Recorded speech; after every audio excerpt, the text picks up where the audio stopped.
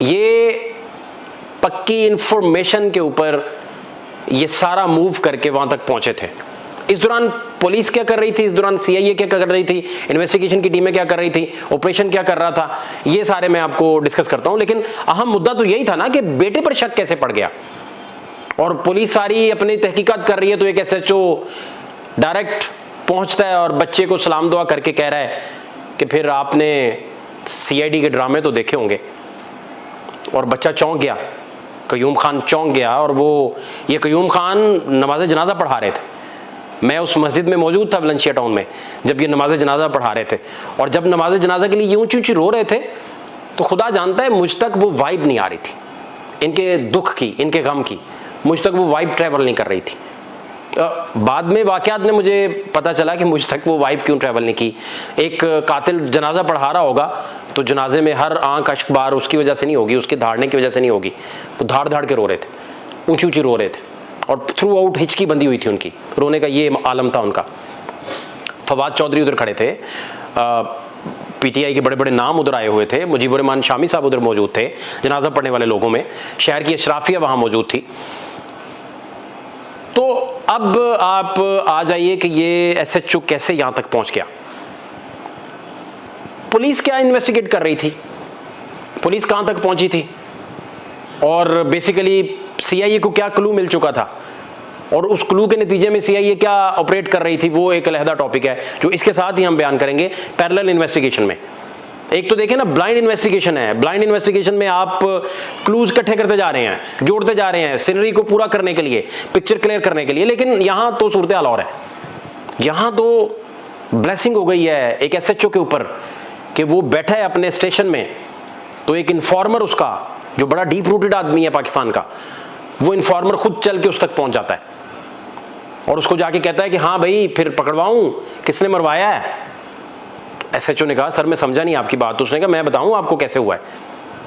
फिर उन्होंने एसएचओ को कहानी सुनाना शुरू की, और जो कहानी एसएचओ साहब को पता चली, उस कहानी के पैरेलल फिर क्या हो रहा था वो मैं आपको बताने लगा हूं। असल में एसएचओ साहब जो हैं, इन्होंने, उस इन्फॉर्मर ने इनको गाड़ी में बिठाया और गाड़ी में बिठा के उनको एक घर तक ले आया, और घर ले आकर कहा कि इस घर पे नजर रखें,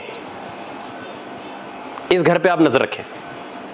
अब पुलिस ने फिर ये किया कि उस घर में जितने अफराद थे उनकी मूवमेंट जो है उसे उन्होंने काउंटर करना शुरू कर दिया, ट्रैक करना शुरू कर दिया, मतलब काउंटर नहीं, ट्रैक करना शुरू कर दिया।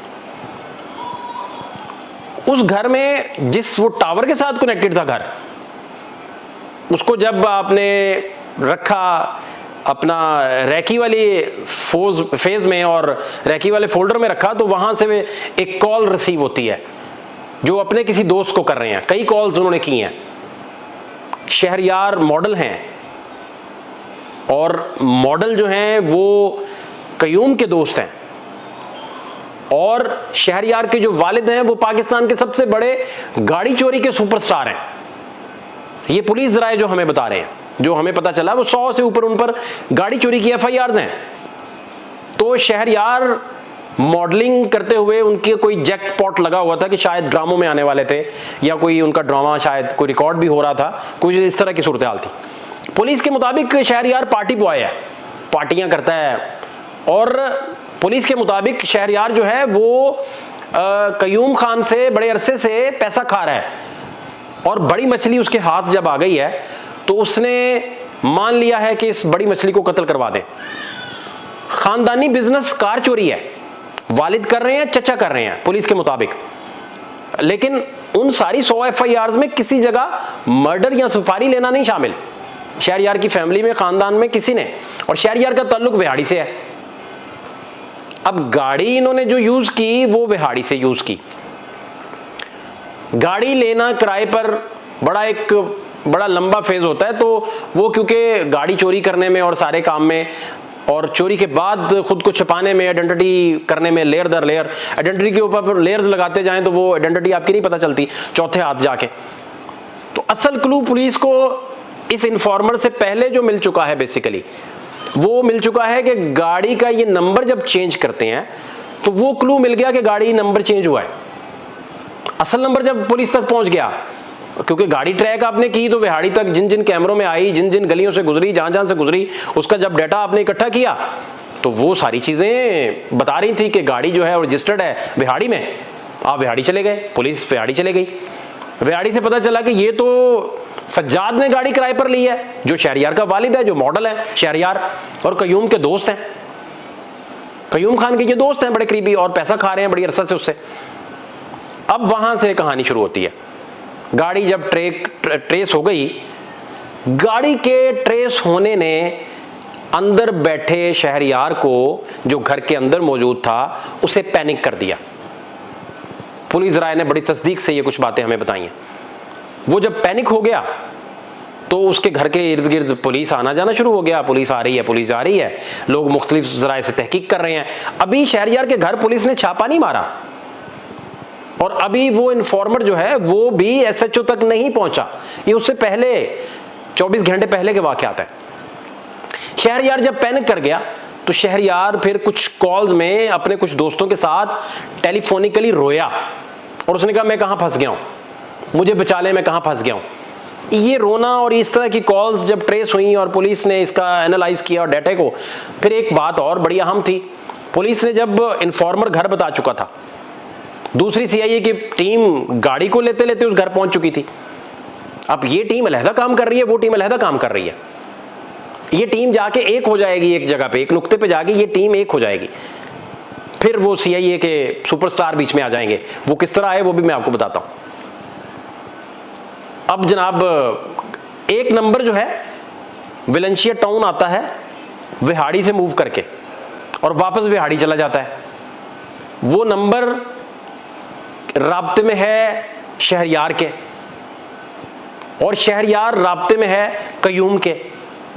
तो 3 मशकूक नंबर एक दूसरे के साथ राब्ते में है जब ये सारा ड्रामा चल रहा होता है। इसमें यह भी रिपोर्ट हो चुका कि कयूम ने जो है वो खुद माइंड मेकिंग करने के लिए इनसे मुलाकातें भी की। वो एक अलहदा फेज है, उस पर भी बात करते हैं। अब वो विहाड़ी वाला नंबर सर्विलेंस पे आ गया, शहरयार का नंबर सर्विलेंस पे आ गया, और ये तीनों नंबर यकदम फिर बंद हो जाते हैं, क्योंकि ये अननोन नंबर्स थे, अननोन मोबाइल इसमें यूज हुए थे, तो वो सारे नंबर फिर बंद हो जाते हैं।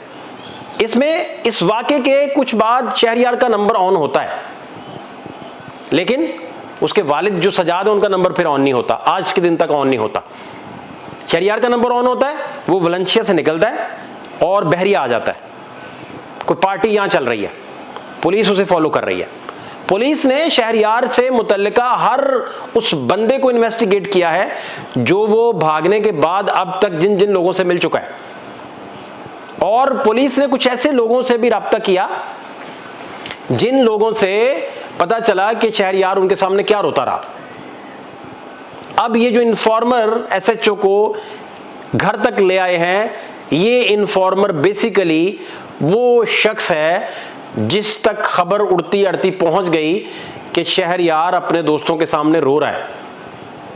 और जिन जिन दोस्तों के सामने रोया, दोस्तों ने आपस में डिस्कस किया, दोस्तों के पूल में ये बात मशहूर हो गई कि शहरयार ये काम कर चुका है।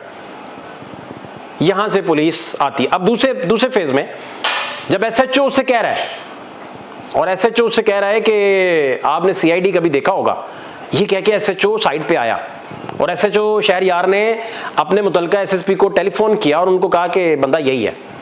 उनका थीसिस क्योंकि पक्का था, और वो इन्फॉर्मर जो बातें शहरयार साहब को, जो एसएचओ हैं, उनको बता चुका था, वो एक लंबी डिटेल है, वो बहुत सारी चीजें ऑफ द रिकॉर्ड हैं, बहुत सारी चीजें नहीं बताई जा सकती, पॉसिबल नहीं है बताना। जिंदगी में कभी शहरयार जो एसएचओ हैं वो खुद इस पे रिकॉर्ड पे आ जाएं, या उनसे मुतल्लिका ज़राए या एसएसपी साहब या डीआईजी रिकॉर्ड पे आ जाएं तो और बात है, लेकिन बहुत सारी चीज़ें इस पे ऑफ द रिकॉर्ड हैं जो नहीं बताई जा सकती। लेकिन वो इन्फॉर्मर ने जो पिक्चर क्लियर की शहरयार के सामने, जो एसएचओ हैं, एसएचओ के सामने जो उन्होंने पिक्चर क्लियर की, वो उससे वो कंफर्म नतीजे पे पहुंच चुके थे। अब इसी दौरान शहरयार को भागने का मौका मिल गया। मुलजिम जो शहरयार है उसे भागने का मौका इस तरह मिला कि सीआईए ने गाड़ी की बुनियाद पर घर में रेड कर दिया। जब घर में रेड किया तो घर वालों ने कहा कि ये तो कार चोरी करते हैं, इससे ज्यादा कुछ नहीं कर सकते, कत्ल ये नहीं कर सकते। तो वहां से वो फिर भाग गए। वालिद पहले भागे हुए थे, चचा भी भागे हुए थे, तो ये सारी पार्टी फिर भागने में कामयाब हो गई। अब दूसरी तरफ क्या हुआ, एसएचओ अपने एसएसपी को कहता है कि सर मैंने बंदा पकड़ लिया, क्या करूं? गो अहेड लेके आया था कि मैंने बंदा पकड़ने जा रहा हूं। तो उन्होंने कहा चेक कर लें, पहले इन्वेस्टिगेट कर लें, डिस्कस कर लें, क्योंकि बहुत बड़ी पर्सनैलिटी है, बहुत बड़ा सरमायादार है डॉक्टर शाहिद सदीक।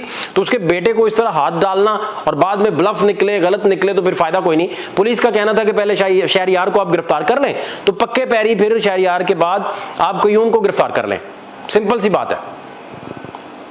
अब उसने एसएसपी साहब को बताया कि मैं खड़ा हूं, उनके घर खड़ा हूं, और बंदा मान गया। मान गया तो उसके रंग उड़ गए, तो मुझे कंफर्म पता है कि यही बंदा है। अच्छा, अब एसएसपी साहब ने सीसीपीओ से रब्ता किया। सीसीपीओ ने कहा कि यार ब्लफ ना कर दीजिएगा, कोई गलती ना कर दीजिएगा, शहरयार को पहले पकड़ लें, फिर इसको पकड़ लेंगे, इसने कहां भाग जाना है।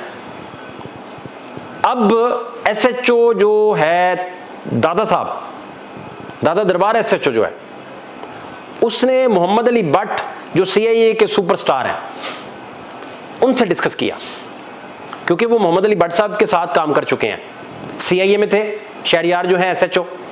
तो मोहम्मद अली भट्ट ने भी सारी इंतजामिया को, सारे अपने आला हुकाम को लूप में लिया। तो मोहम्मद अली भट्ट ने भी एक प्लान किया। मोहम्मद अली भट्ट ने यह प्लान किया कि मैं जाके कयूम को किसी बहाने से घर से लेकर सीआईए आ जाता हूं। उन्होंने फिर यह किया कि कयूम के पास चले गए, उसके घर चले गए, कयूम को जाके कहा कि एक बंदा हमने पकड़ा है, तो शनाख्त परेड करवानी है, तो आप हमारे साथ आइए। उसको गाड़ी में बिठा लिया। गाड़ी में बिठाते ही उसको इधर से पकड़ते हैं, उसकी कलाई से, और जोर से पकड़ के उसे कहते हैं, मोहम्मद अली भट्ट सीआईए के जो हैं, उसे कहते हैं कि शहरयार हमने पकड़ लिया है, तेरी 5 करोड़ में डील हुई थी, तेरी डील तो 5 करोड़ में हुई थी, तो वो हमने पकड़ लिया है, तो अब बता तेरा क्या करना है।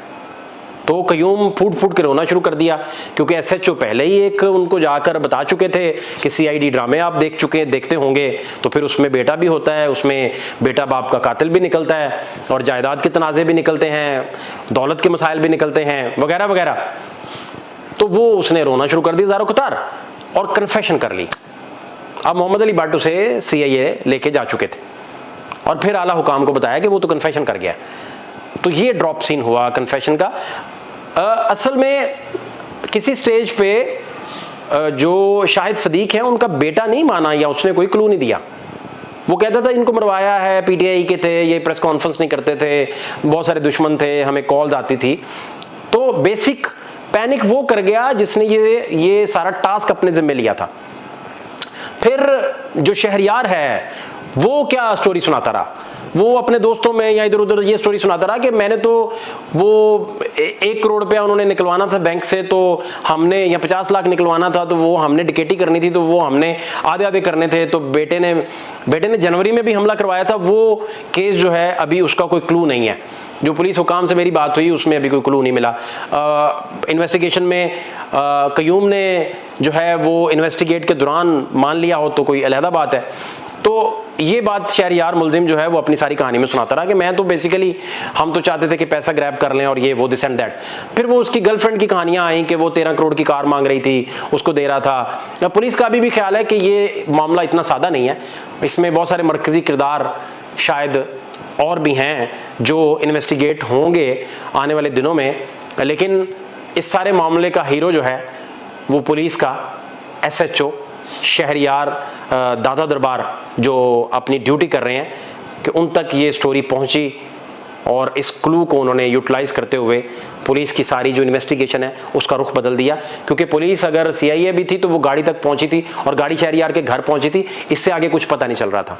तो अभी बात, अगर कन्फेशन भी होता तो फिर भी शायद उसमें दिन लग जाते, या शायद इसमें जो कयूम है वो खुदा ना खास्ता हिरासत में ना जाता तो वो सुसाइड कर लेता, जिस तरह का वो जिस टाइप का पैम्पर्ड बच्चा था, या वो भागने की कोशिश करता, तो ये भी एक पॉसिबिलिटी थी। तो बर वक्त कयूम हिरासत में आ गए हैं। कुछ ज़राए से हमारी बात हुई, जो पुलिस के ज़राए हैं वो कहते हैं कि शायद जो सजाद हैं वो भी जल्द पकड़े जाएं, और शहरयार और उनके चचा यानी सजाद का भाई और बेटा इनका शहरयार जो है, जो मॉडल है, वो भी शायद जल्द पकड़ा जाए। लेकिन जो सारे का सारा सेहरा था वो मोहम्मद अली भट्ट का किरदार बाद में आता है, पहले एसएचओ साहब दादा साहब के, जिन्होंने ये सारा मसला हल किया और इसके क्लूज मिले और मामला यहाँ तक पहुँचे कि बेटा अब जो है वो अंडर अरेस्ट है। फौद शहबाज खान को इजाज़त दीजिए, अल्लाह ने के पान।